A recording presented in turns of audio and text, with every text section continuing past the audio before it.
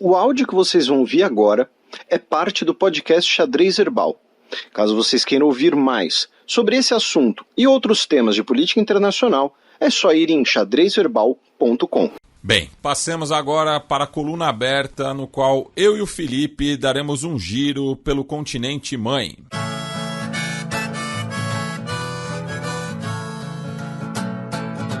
Coluna aberta. Mundo está no caminho para o inferno climático, diz chefe da ONU à COP27. O Antônio Guterres, participou da abertura, da COP27 no Egito.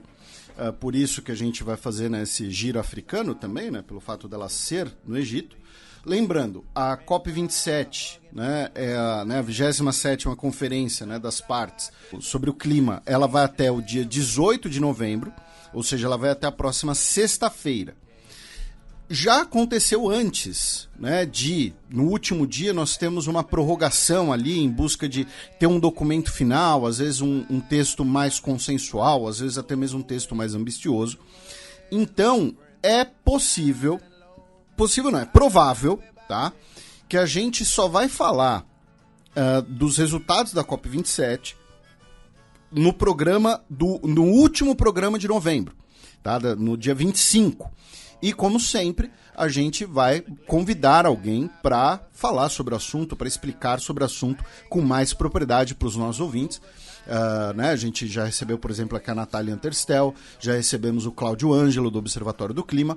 Então, a gente vai convidar alguém sempre para fazer um trabalho melhor para vocês.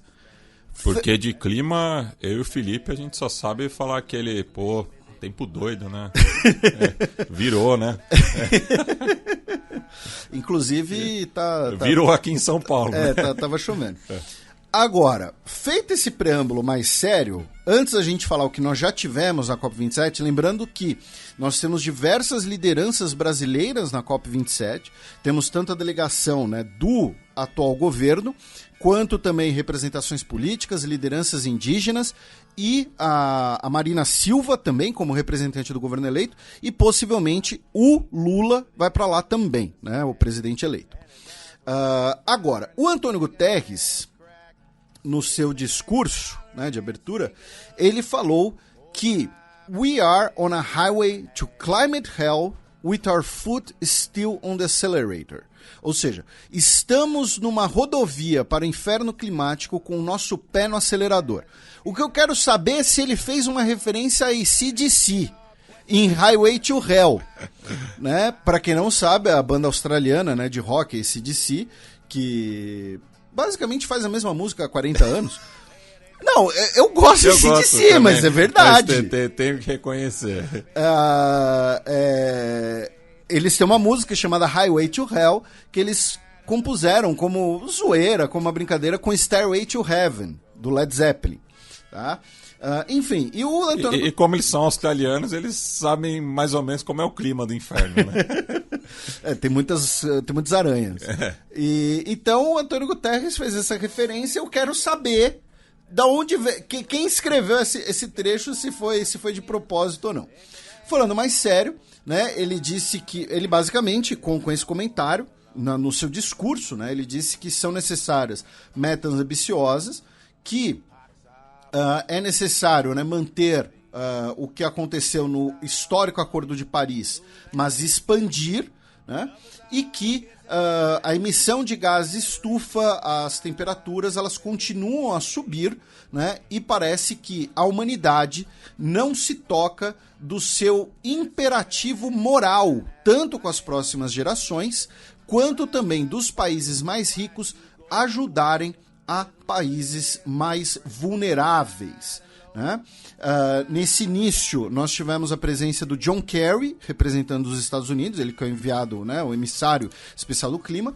O Joe Biden vai agora, depois das midterms que a gente vai falar no cheque. O Macron estava lá. Tivemos também o discurso do general presidente ditador Abdel Fattah al-Sisi, do Egito, afirmando que o Egito né, como um país em desenvolvimento, é um dos países que sente uma catástrofe atrás da outra, né, e que está na hora de colocar um fim a todo esse sofrimento. E nesse caso, ele falou não apenas de questões climáticas, e nesse sentido ele fez ali uma analogia muito, muito bonita, até poética ali, com a questão do Nilo, né? Aquele clichêzão, né? De que o Egito é uma dádiva do Nilo e tal. Mas também falou da questão do preço dos alimentos, com a guerra na Ucrânia, enfim. O Egito que foi um dos países mais afetados, né? Por conta da falta dos grãos, né?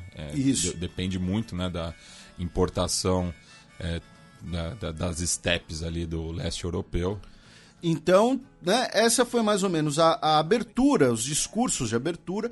E, claro, vamos lembrar, né, os discursos muitas vezes são só discursos.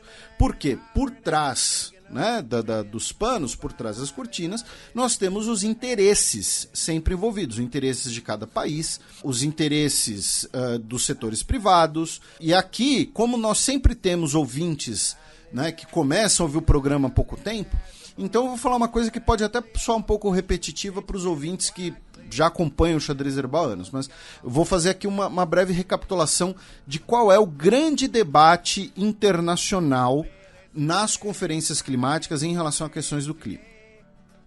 Nós temos os países, de um lado, né, os países mais ricos, falando, olha, temos que migrar para formas de energia mais limpas. Temos que adotar formas de energia mais limpas. Temos que proibir, por exemplo, o diesel, né? Lembrando, a União Europeia vai banir veículos movidos a diesel, né? Está no processo, né?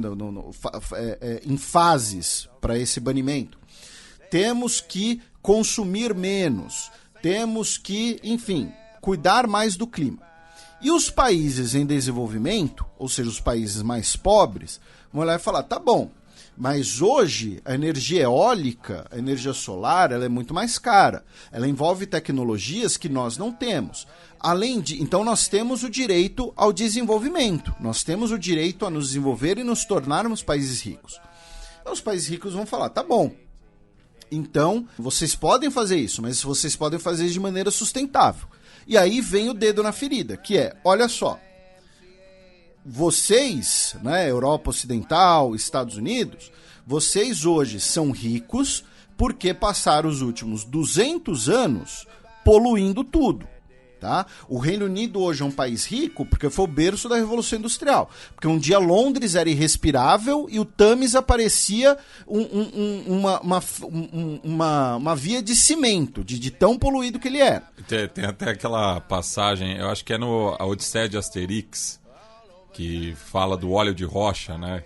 Que eles vão, petróleo. É o petróleo, que eles vão até o Oriente Médio para buscar isso, né? Que o Panoramix precisa.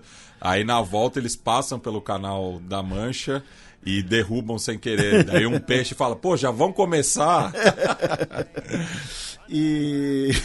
Então nós temos, né, a questão de desmatamento, por exemplo.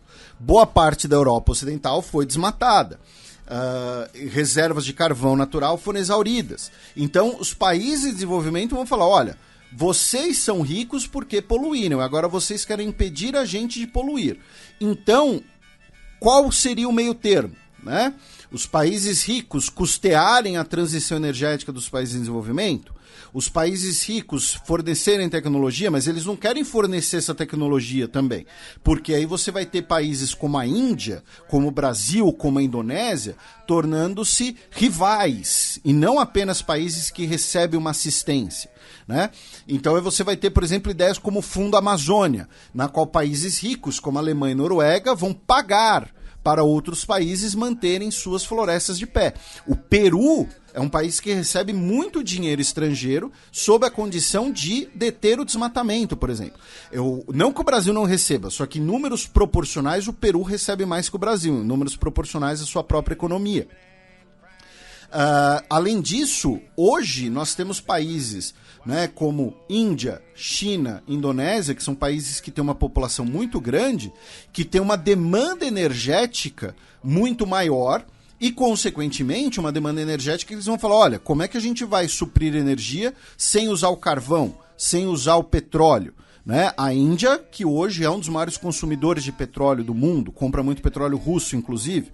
A China, que está fazendo o seu phase-out, né? Está em fases de uma transição climática, mas ela ainda usa o carvão.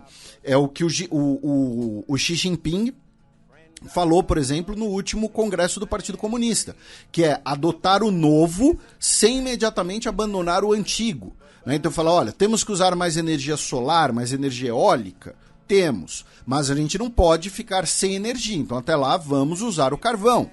Então esse é o grande debate ambiental hoje. O debate ambiental hoje, ele não é apenas essa coisa, entre aspas, bonitinha, né, de salvar o planeta, salvar os animais, salvar as árvores. Também envolve uma disputa de interesses muito grande, interesses econômicos, políticos, interesses de uma ordem internacional vigente, porque, repito, eu não tenho dúvidas que você vai ter pessoas muito bem intencionadas, por exemplo, no governo alemão, que vão falar, olha, temos que ajudar os países mais pobres a se tornarem mais verdes. E vai ter outras pessoas que vão falar, numa perspectiva mais realista, vão falar, tá bom, mas aí eles vão se tornar nossos concorrentes, a gente não pode fazer isso também. A gente tem que manter a nossa posição, né, de primazia. Então, não é só uma coisa, né, sentimental, uma coisa idealizada. Envolve também muitos interesses e que acabam sempre esbarrando, como eu disse, nos discursos. Porque no discurso, pouca gente vai falar, olha, tem que destruir tudo mesmo, tem que matar tudo mesmo, tem que transformar a Terra num deserto quente, sem animais, sem vegetação, e dane-se. Ninguém vai falar isso, tirando, sei lá, o Ricardo Salles. Tem que passar boiada. Né? Agora, o discurso bonitinho nem sempre vai vir acompanhado de ações concretas.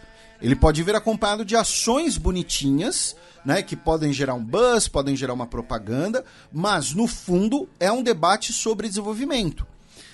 Principalmente. Claro que você também vai ter debates, aqui no Xadrez Herbal a gente sempre traz, por exemplo, os países da Oceania. Não só porque a gente é diferentão, mas, por exemplo, a gente sempre lembra que os países da Oceania são países que correm o risco de simplesmente desaparecer. E eles frisam isso. Então, para eles não é só uma questão de desenvolvimento, é uma questão de sobrevivência. Né? Eu já contei aqui essa história no programa, né? Que antes de existir o podcast, o Xadrez Herbal, eu estava lendo, né, os discursos dos líderes internacionais da ONU, em 2014, 2013 mais ou menos, e o discurso do então presidente Kiribati me deixou... mexeu comigo, porque ele anunciou que o grande plano ambiental do país era incentivar a migração dos jovens, a qualificação para que os jovens pudessem migrar com bons empregos. Por quê? Porque, olha, o país vai sumir. Então o que a gente pode fazer é providenciar um futuro bom para os nossos jovens. Basicamente isso. Né?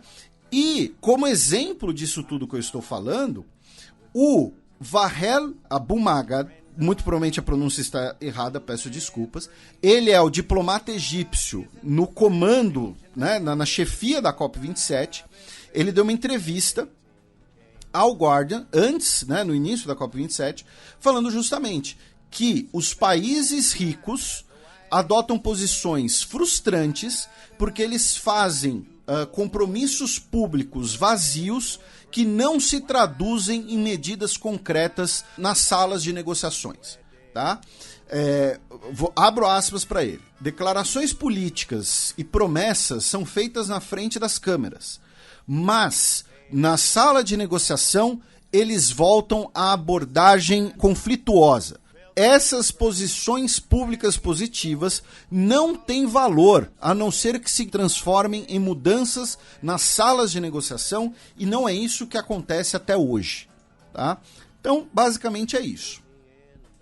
Também em relação à COP27, né, como eu mencionei, o Macron estava na abertura, e uma imagem, né, que circulou bastante aqui no Brasil, inclusive porque, né, ali era o contexto já, né, pós-eleições e tal, foi o Macron tendo uma conversa, né, bastante amistosa com o Nicolás Maduro, né, da Venezuela. E o Macron falou: ficarei encantado se pudermos conversar por mais tempo para que possamos realizar um trabalho bilateral útil para a região. Ligarei para você, né? Lembrando que o Macron, no passado, ele reconheceu o Guaidó, né? O governo francês classifica a Venezuela como uma ditadura, tá? O governo Macron classifica a Venezuela formalmente como uma ditadura. O Macron havia adotado posições bastante firmes em relação a Maduro em 2018. E agora isso mudou, né? Por quê? Por quê? Né? Duas coisas. A primeira a gente vai deixar pro Breaking News, inclusive. Uma delas, suspense. Tá? Fica aí, não vai embora não. Para. E a outra, como, né, os ouvintes já devem ter matado, é que tem um negócio na Venezuela, né? O negócio que o Asterix foi buscar, ele poderia ter buscado no Lago Maracaibo, na Venezuela, por exemplo, né? Porque a Venezuela é um dos países que tem maiores reservas de petróleo. É o país que tem maiores reservas de petróleo do mundo, né? E no caso venezuelano com a França especificamente, nós ainda temos uma proximidade geográfica, não parece, mas vamos lembrar que nós temos a Guiana francesa ali perto. Não chega a ser ali do lado, né? Porque você tem uma Guiana e um Suriname no caminho. Mas, então... A Venezuela bem gostaria que não existisse a Guiana, né? Só tivesse Suriname. Mas, então assim, a França não é um país... que depende tanto assim do petróleo. A gente sempre lembra que a França é um dos países que mais usa energia nuclear no mundo, porém o petróleo ainda é um elemento importante, ainda é bastante utilizado. A gente mencionou recentemente naquela visita do Macron à Argélia, né, que negociaram sobre questões de fornecimento de gás, e no caso o Macron ele não fala apenas como presidente francês, né, mas também como um líder europeu. Hoje ele é o principal líder europeu pós-aposentadoria da Merkel, né? Eu digo europeu, digo da União Europeia, né? Então, a questão energética pós-invasão russa da Ucrânia é muito importante para a União Europeia como um todo. Então, a França também assume essa responsabilidade, né? A França já falou várias vezes, né, que é necessário diversificar fontes de petróleo, né? Então... por isso que teve essa conversa amistosa, né? Falou, ô Maduro, poxa, quanto tempo, esse bigodão aí, poxa, como é que você apara, hein? Tá tão legal. Eu não consigo usar bigode, poxa, o meu bigode fica parecendo ali de jogador de futebol dos anos 50. Como é Caracas nessa época do ano? Como é que tá o clima lá, né? Poxa, você dança tão bem. Então é isso, no fundo, é o bom e velho petróleo, tá? Além disso, o Macron, no seu discurso, disse que a guerra na Ucrânia não pode sacrificar as metas climáticas, né? Então, não pode ser usada como justificativa para sacrificar as metas climáticas, né? Também em relação à COP27, né, em relação à COP27, né, diretamente, melhor dizendo, né, porque daqui a pouco a gente vai falar de questões ligadas à COP27, mas também à dinâmica egípcia, tá? Mais duas notícias. A primeira delas é que o grupo de nações insulares da COP27, né, que envolve tanto países do Pacífico como também os países insulares caribenhos, né, propôs um grupo de 39 países, tá? É a aliança dos países insulares, pequenos países insulares, um negócio assim. O grupo, representado, né, pelo primeiro-ministro de Antigua e Barbuda, falou que as grandes empresas do ramo do petróleo têm que pagar um imposto global para os países insulares, tá? Dizendo que são empresas que, por mais de um século, né, acumularam lucros extraordinários às custas do modo de vida, né, do sustento de vida de outras populações, né, da livelihood.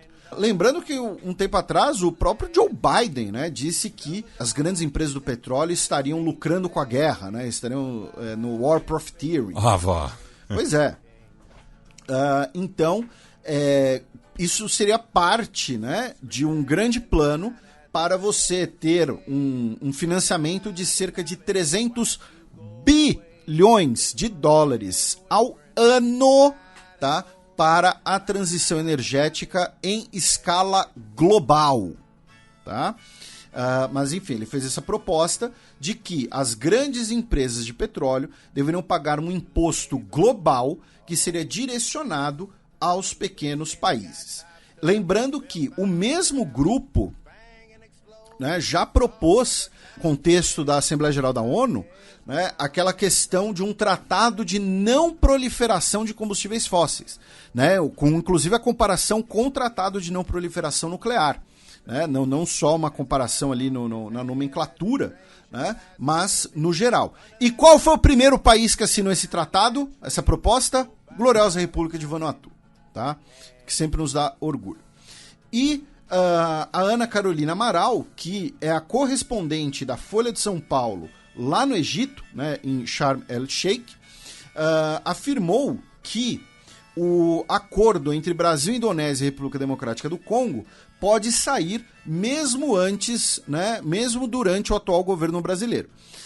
Ela reproduziu, isso daqui não é uma crítica a ela, só para deixar claro, tá?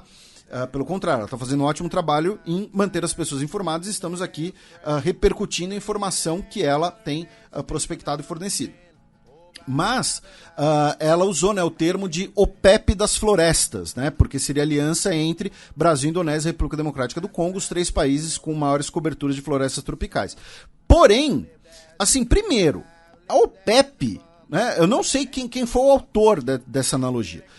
A OPEP é o contrário de países que têm florestas, né? A OPEP é um cartel baseado num combustível fóssil que colocou a faca no pescoço do globo pelo menos 3 vezes nos últimos 50 anos, entendeu? Para manipular preços e ganhar dinheiro na marra dos outros. Segundo, eu gostaria de propor para a comunidade internacional que o termo que o Matias criou seja utilizado, né? A aliança do Dendê. O eixo do Dendê. O eixo do Dendê. É porque eixo... o eixo... Eixo fica meio complicado, né? Porque teve um cara chamado Adolf, um cara chamado Benito. Na semana passada eu não me atentei a isso. A aliança do Dendê é melhor. Aliança do Dendê. Né? E aí você já inclui ali uma questão de soft power junto, entendeu? Pratos culinárias diversas, entendeu? Aliança do Dendê. Sabe? Aí você põe um orangotango indonésio, põe um mico-leão-dourado brasileiro, eu não sei, o gorila prateado tem na República Democrática do Congo? Eu acho que tem. Então aí você usa... Não, o gorila, eu não sei se tem na Indonésia. Aí que tá. Não, na Indonésia é o orangotango. Ah, tá, orangotango. Orangotango da Indonésia, o mico-leão-dourado brasileiro, aí eu acho que tem o gorila prateado, e pronto, você já faz ali toda uma identidade visual também, preservar, então é isso, tá? Aliança do Dendê. Nada de OPEP das florestas. Lembrando que a gente já teve essa divagação, né? Que Dendê é palmeira no quimbundo, né? Então não deixa de ser o óleo de palma, né? É o bom e velho óleo de palma. Em outra língua. Isso. Mas Dendê, né, acaba sendo um termo muito, muito mais legal. E eu fui colar aqui, obviamente, e sim, nós temos gorilas na República Democrática do Congo. Tá? Nós temos mais gorilas na República do Congo, mas temos sim gorilas na República Democrática do Congo, então pronto. Tá? Temos aqui os primatas que podem ser usados como símbolo das florestas, no habitat deles e tal, então pronto. Inclusive todo mundo, né, muita gente deve ter visto, ficado comovido um tempo atrás, que um vídeo de um orangotango tentando atacar uma escavadeira na Indonésia, né, porque estava destruindo a casa dele, basicamente. Enfim, mas de qualquer jeito, a Ana Carolina Amaral traz informação que a aliança do Dendê pode sair ainda na COP27, tá? Não necessariamente aguardar o próximo governo, enfim, coisas desse tipo. Aí, meu caro Matias, a gente vai falar de 3 questões egípcias ligadas à COP27.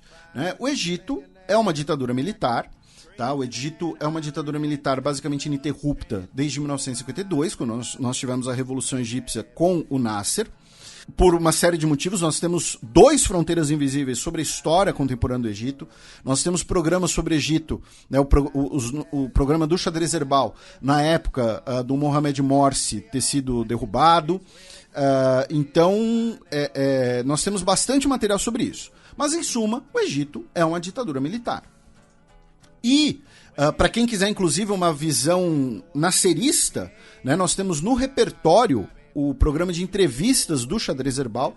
Nós temos a conversa com o senhor Ibrahim Soliman, que é um padre ortodoxo aqui em São Paulo, que nos recebeu muito gentilmente na casa dele. Um abraço para Caterine Soliman, filha dele, que fez a articulação toda.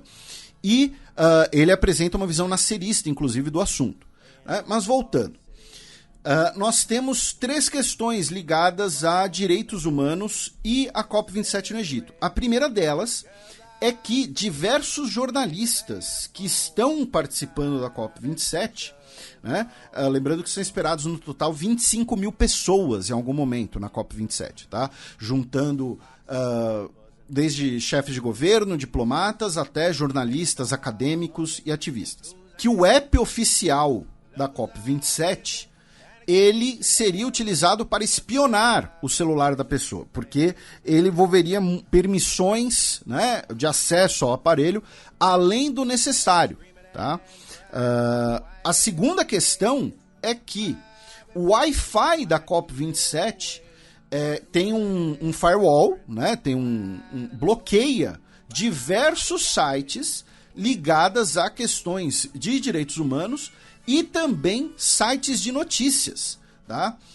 Incluindo aí sites de notícias independentes indianos, a plataforma Medium, o site da Human Rights Watch e o site da Al Jazeera, né? Inclusive eu peguei essa notícia justamente porque a Al Jazeera está se queixando disso. Lembrando, a Al Jazeera, ela é uma grande empresa de mídia estatal baseada no Catar. Ela não é oficialmente estatal, mas na prática ela é, né? Se você é do Catar, você, em alguma medida, você é dos Al-Thani. E o Catar e o Egito não têm boas relações por conta da questão da Irmandade Muçulmana, a questão do Hamas, enfim. Então, vários sites de notícias e sites de organizações de direitos humanos estariam bloqueados no Wi-Fi oficial. E, finalmente, e mais preocupante, tanto a Casa Branca, né, quanto o Antônio Guterres, né, o secretário-geral da ONU, mostraram preocupação com o estado de saúde do Alaa Abd El Fattah. Ele é jornalista, ele é desenvolvedor de software e um crítico, né, do governo egípcio, que ele está preso, né, desde 2014, supostamente por organizar, né, protestos sem autorização política. Ele, de 2014 para cá, ele passou, né, ele alternou períodos preso e períodos liberto. Em 2019, ele foi preso novamente no contexto dos protestos egípcios. Ele foi classificado, né, como um terrorista contra o Estado. E ele começou uma greve de fome em abril de 2022 e estaria bastante debilitado na sua saúde. A família dele fala que não tem notícias, que o governo egípcio não fornece informações sobre o estado de saúde dele.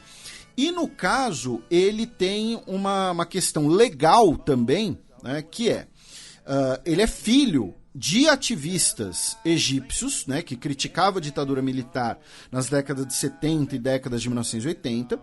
Por conta disso, parte da família dele buscou exílio no Reino Unido, e ele é nascido no Egito, tá, de pais egípcios, mas ele também tem nacionalidade britânica. E segundo a família dele, nem o governo britânico consegue informações sobre o seu nacional. Inclusive, a equipe da Vice World News, que está cobrindo a COP27, tentou buscar uma declaração do primeiro-ministro Rishi Sunak, só que ele saiu pela tangente, né? Não respondeu nada. E também, segundo a família dele, a última informação que eles tiveram foi que ele estaria sob intervenção médica. Ou seja, muito provavelmente ele estaria sendo alimentado à força, né? Então, essa é outra situação que, como eu disse, inclusive outros governos se pronunciaram sobre essa questão. Aí, meu caro Matias, a gente vai começar aqui um breve giro, né, pelo continente africano, cruzando a fronteira entre Egito e Etiópia. Né, com mais detalhes sobre o acordo entre o governo egípcio e as forças Tigray do norte. Né, porque mais detalhes do acordo que foi negociado na África do Sul, que a gente comentou no último programa, foram publicados nessa semana. Né? Uma delas é que pessoas da etnia Tigray terão maior representação agora em instituições federais. Tá? Não está claro se vai ser ali uma espécie de cota ou se vai ser um incentivo provisório, mas elas terão maior representatividade nas organizações federais. Segundo, foi criado um corredor, né, de ajuda humanitária que vai levar, né, alimentos e ajuda médica de agências da ONU, da Cruz Vermelha e dos Médicos Sem Fronteiras para a região do Tigray. Também será criado um corredor para o retorno de pessoas deslocadas. Então, um corredor de direito de retorno de pessoas que fugiram da guerra. Também nesse sentido, foi colocado que existe a possibilidade da criação de um tribunal com mandato definido, ou seja, que nem, por exemplo, o tribunal para o genocídio de Ruanda, mas não é provavelmente um tribunal local, tá, na Etiópia, para investigações de crimes de guerra, tá? Como, por exemplo, o uso de crianças soldado. E, além disso, também foi criado, né, já um serviço telefônico, tá, emergencial, em que pessoas vão poder, primeiro, fazer denúncias de crimes de guerra, tá? E também a ideia de você reunir famílias que tenham sido separadas pela guerra. Então as pessoas vão poder se cadastrar, mais ou menos, tá? Tô aqui fazendo uma analogia, né? Fala, olha, durante a guerra, meu irmão desapareceu. E aí, se essa pessoa, né, se o irmão dessa pessoa também se cadastrar em outro lugar e falar, olha, durante a guerra eu fugi e estou nessa cidade, o governo etíope vai notificar as pessoas. Vai falar, olha, seu irmão está em tal lugar, sua irmã está em tal lugar. Tá dando um exemplo bem bestinha. Mas isso está sendo implementado. Claro que não é exatamente a prioridade nesse momento. Isso foi comentado pelo ex-presidente queniano, inclusive. E justamente, falando no Quênia, a gente cruza a fronteira entre Etiópia e Quênia com duas notícias. A primeira delas é que no Quênia vai ser investigado, né, o assassinato do jornalista paquistanês Arjaf Sharif como um assassinato, tá? Não mais como um disparo acidental. Lembrando que inicialmente o discurso oficial foi de que o jornalista estava num veículo que foi ordenado a parar numa blitz policial e o veículo não parou, então os policiais teriam disparado e ele morreu. Disparado tiros de fuzil, inclusive. Agora, o evento será investigado como um assassinato sob pedido do Paquistão, tá? Então, uma possível mudança aí nas investigações, uma possível mudança, né, em ver quem ordenou, inclusive, esse assassinato. E a outra notícia, né, a gente comentou, né, que o acordo para o fim da guerra na Etiópia foi estabelecido na África do Sul, né, sob mediação sul-africana e da União Africana, com presença do ex-presidente queniano. E agora, o presidente da África do Sul, o Cyril Ramaphosa, visitou Nairobi, capital do Quênia, onde ele foi recebido pelo atual presidente queniano, William Ruto, em que eles discutiram aumento, né, intensificação de elos comerciais para diminuição de barreiras, também projetos de exploração conjunta de eventuais reservas de hidrocarbonetos e vão eliminar os vistos, tá, para turistas entre os dois países. Então, por até 90 dias, tá, quenianos vão poder visitar a África do Sul sem vistos. Os sul-africanos já podiam visitar o Quênia, tá, sem visto, mas os quenianos não podiam visitar a África do Sul sem visto. E aí, eu pergunto para o nosso ouvinte, por que será isso, né? Será que é porque os quenianos, né, como um ex-país, uma ex-possessão colonial britânica, eles sabem inglês, então essas pessoas poderiam querer migrar para a África do Sul, e essas pessoas que são negras poderiam migrar para uma África do Sul que até pouco tempo atrás era segregada racialmente? Será que é por isso? né? Então agora nós vamos ter a reciprocidade e quenianos vão poder ficar até 90 dias, 90 dias e um ano, né, sem visto na África do Sul. Do Quênia, meu caro Matias, a gente cruza a fronteira para a Tanzânia, né, com uma notícia, né, infeliz, né, uma notícia triste, já que um voo da Precision Air, tá, um voo doméstico, né, dentro da Tanzânia, ele caiu no Lago Vitória, né, devido a mau tempo, e 19 pessoas acabaram falecendo. Tá? Eram 43 ocupantes do avião, 19 morreram e outras 24 foram resgatadas com vida. O avião que era um ATR-42, né, que é um avião de origem francesa. Né, um avião turbohélice pequeno de origem francesa, infelizmente caiu no Lago Vitória. Da Tanzânia, nós vamos para a República Democrática do Congo, já que a Força Aérea do país bombardeou posições controladas pelos rebeldes do grupo M23 e um dos aviões da Força Aérea congolesa teria violado o espaço aéreo de Ruanda no processo. O governo, né, da República Democrática do Congo afirmou que a violação do espaço aéreo foi acidental. Mas vamos lembrar que a República Democrática do Congo acusa Ruanda de ser o maior financiador e apoiador do M23, expulsou o embaixador de Ruanda do país recentemente, pela segunda vez, né, num período ali de um ano, basicamente. Então, na prática, eu acredito, na verdade, que eles não se importaram muito com o espaço aéreo de Ruanda e que foi intencional para dar um recado. Da República Democrática do Congo, nós vamos para a Nigéria, tá? Já que as 4 viúvas, né, de 9 ativistas que foram 9 ativistas antipetróleo que foram executados pelo governo nigeriano em 1995, desistiram do seu processo contra a Royal Dutch Shell numa corte nos Países Baixos, tá? A advogada das 4 viúvas disse que foi algo bastante desapontante, né, bastante desapontador, na verdade, peço desculpas pela expressão errada, já que uma corte distrital em Haia rejeitou o caso, né, inicialmente. As 4 viúvas alegam que os 9 ativistas, né, conhecidos como os Ogoni 9, né, os 9 de Ogoni, eles foram mortos pelo governo nigeriano por influência, por pressão da Royal Dutch Shell. Aí, a empresa, ela chegou a um acordo de 15 milhões e meio de dólares em 2009, tá? Mas esse acordo não reconheceu a responsabilidade da empresa, tá? Foi um acordo indenizatório sem reconhecer a responsabilidade da empresa. E aí, 4 viúvas mantiveram as ações na justiça, querendo que a empresa fosse responsabilizada criminalmente pelas mortes.